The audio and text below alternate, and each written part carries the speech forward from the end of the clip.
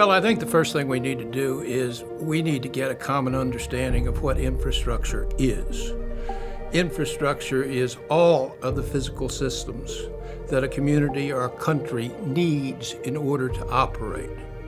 That's a lot more than roads, streets, and bridges. Regardless of your mode of transportation, where you work, if you work, where you live, infrastructure touches all of our lives on a daily basis. It's how we get to school. It's the fact that we go to school. It's how do we get to work. It's how our work functions. It's export facilities, it's communication facilities, it's pipelines. You turn your tap on and you expect the water to be there. But if you don't have the infrastructure to get it to you and to have it clean and safe, then we don't have it. When you go to the grocery stores, all of those things are all been brought through a transportation or some sort of infrastructure. It's how we create a livelihood and a sense of being and a sense of purpose.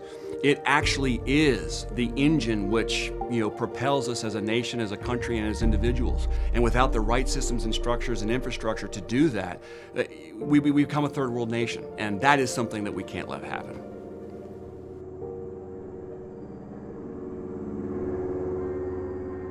These are the people who transformed America in the last century. These are people who won't be stopped, who are fascinated by what they're doing, and what they're doing is absolutely critical to our future. Whether it's job creation, economic growth, productivity enhancement, the opportunity to do a tremendous amount of good and have huge impact, that's really what we live for at the end of the day. We want to work on the biggest, hardest, most complex problems. It's very difficult to build new wind and very large solar projects today because you simply can't get the energy to market. We are the solution to bringing that energy to market. When I'm at an airport, I'm always looking at how can that airport be more efficient. Once you get jet fuel in your blood, it's you just love everything about it. We're building a large pipeline. It's as tall as me, and you could put a hydropower turbine inside. So not only are we delivering water, but we are creating power as well. We're taking an old government technology, enhancing it to a new system to be a ground-based backup system for GPS, so that if anything were ever to disrupt GPS, people could back up to E-Loran and not lose a second of operations. We all need to be connected. Part of that connection is interstate access, bringing American goods and American jobs to other Americans. We had an idea and we worked on it, spent a lot of money, spent a lot of time, and ended up achieving it. We have patented worldwide a much more efficient way to move methane, ethane, propane, butane together in one liquid cargo, whereby we can end up cutting fuel costs almost in half and getting a 60% reduction in emissions. My job is to look at the long-term impact of technology on the infrastructure space and understanding how to leverage what's coming in order to do infrastructure projects better. Over time, we helped future-proof these designs so that the problems work themselves out.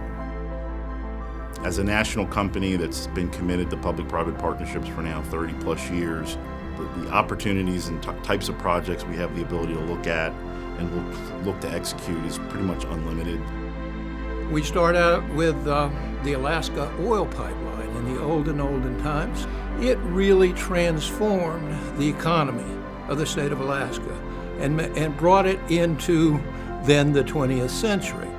Believe it or not, we love building water and wastewater systems. The systems we build literally serve millions of people. We're building a 142-mile pipeline and providing a new water source for the city of San Antonio. In 2012, Amtrak released a vision plan that set forth the full reconstruction of Washington Union Station. People love riding the trains. People love visiting our stations. Most of our stations are historic and beautiful. We are building a 10th campus of the University of California. Our core mission, our core public service is the education, the teaching, the research that goes on inside those buildings. And how we deliver our infrastructure really just enables that public service. We're often called the Port of Chicago because 70% of the goods that come in through the Port of Seattle end up in Midwest warehouses. So we're really a gateway for the entire country. And you need that infrastructure efficient, not only on the waterfront, but all the way to Chicago. The rail systems, the road systems, they all have to be working together. We're talking about bringing 4 or 5 different kinds of disciplines together in a complex dance to make projects happen as quickly as possible so that people benefit as quickly as possible. That's what we're doing with Blueprint 2025.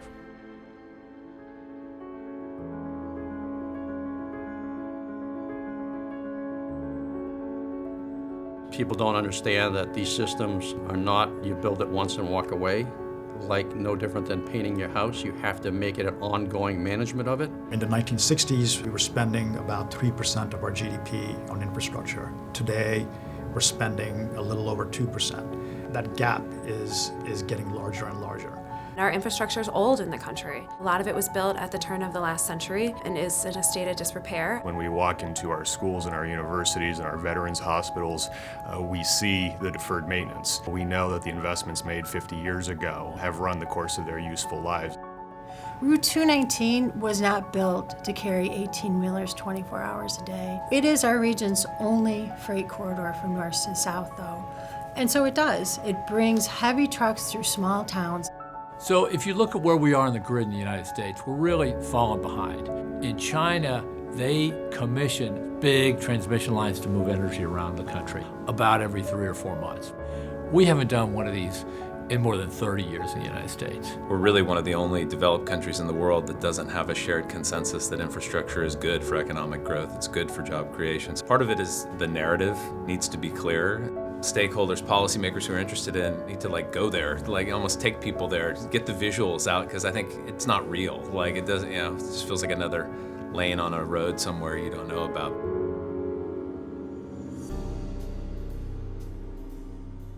I see some of the obstacles as really the process in which we have to go through, not the desire, the will, or the want to go and do it. There's a whole series of projects that are ready that have been in the planning stages, that have been stalled, and are awaiting dollars to move forward into design and construction.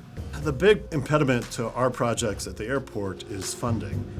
You look at the passenger facility charge, the user fee that airports are allowed to charge to fund projects. It's capped at $4.50 per ticket.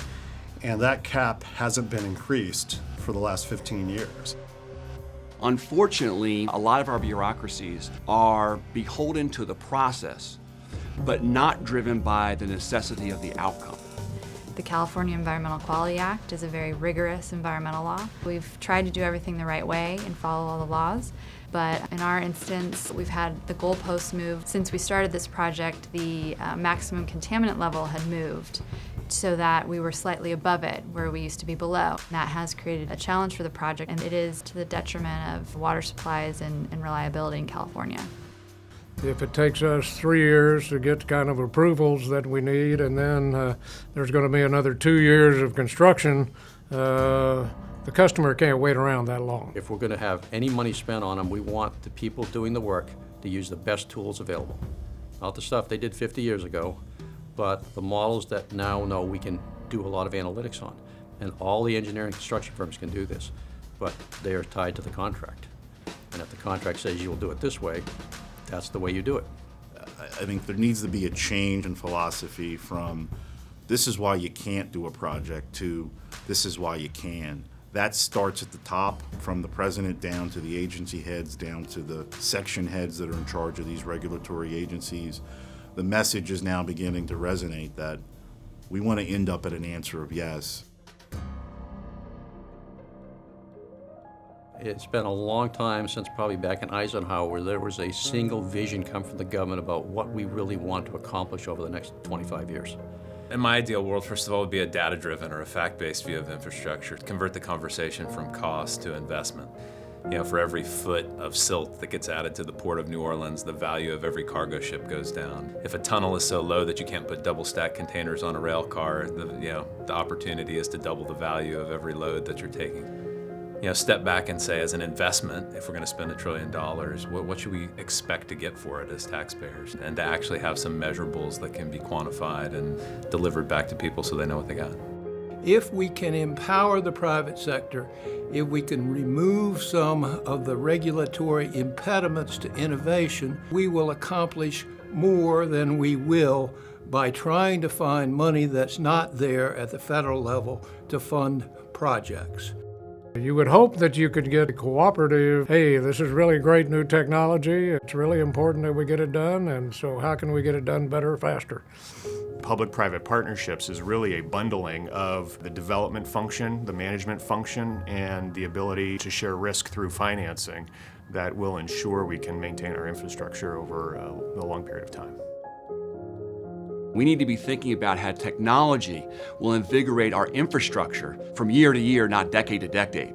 And that will drive the true engine of innovation and efficiency that we desperately need in this country. Now with technology, you can plan it, design it, and construct it virtually, and then understand through analytics, is it going to accomplish what we want? So there's never a bad idea now. We are out there in the communities putting these systems in. Even though we're being disruptive to them and we're tearing up their front yards, the majority of the people we encounter are very, very happy that we're putting these systems in. Infrastructure is not built for itself. It is built for people to use, whether it's public infrastructure or economic infrastructure, civil or social. A bridge is not built for its sake. A bridge is built to help transport people from point A to point B.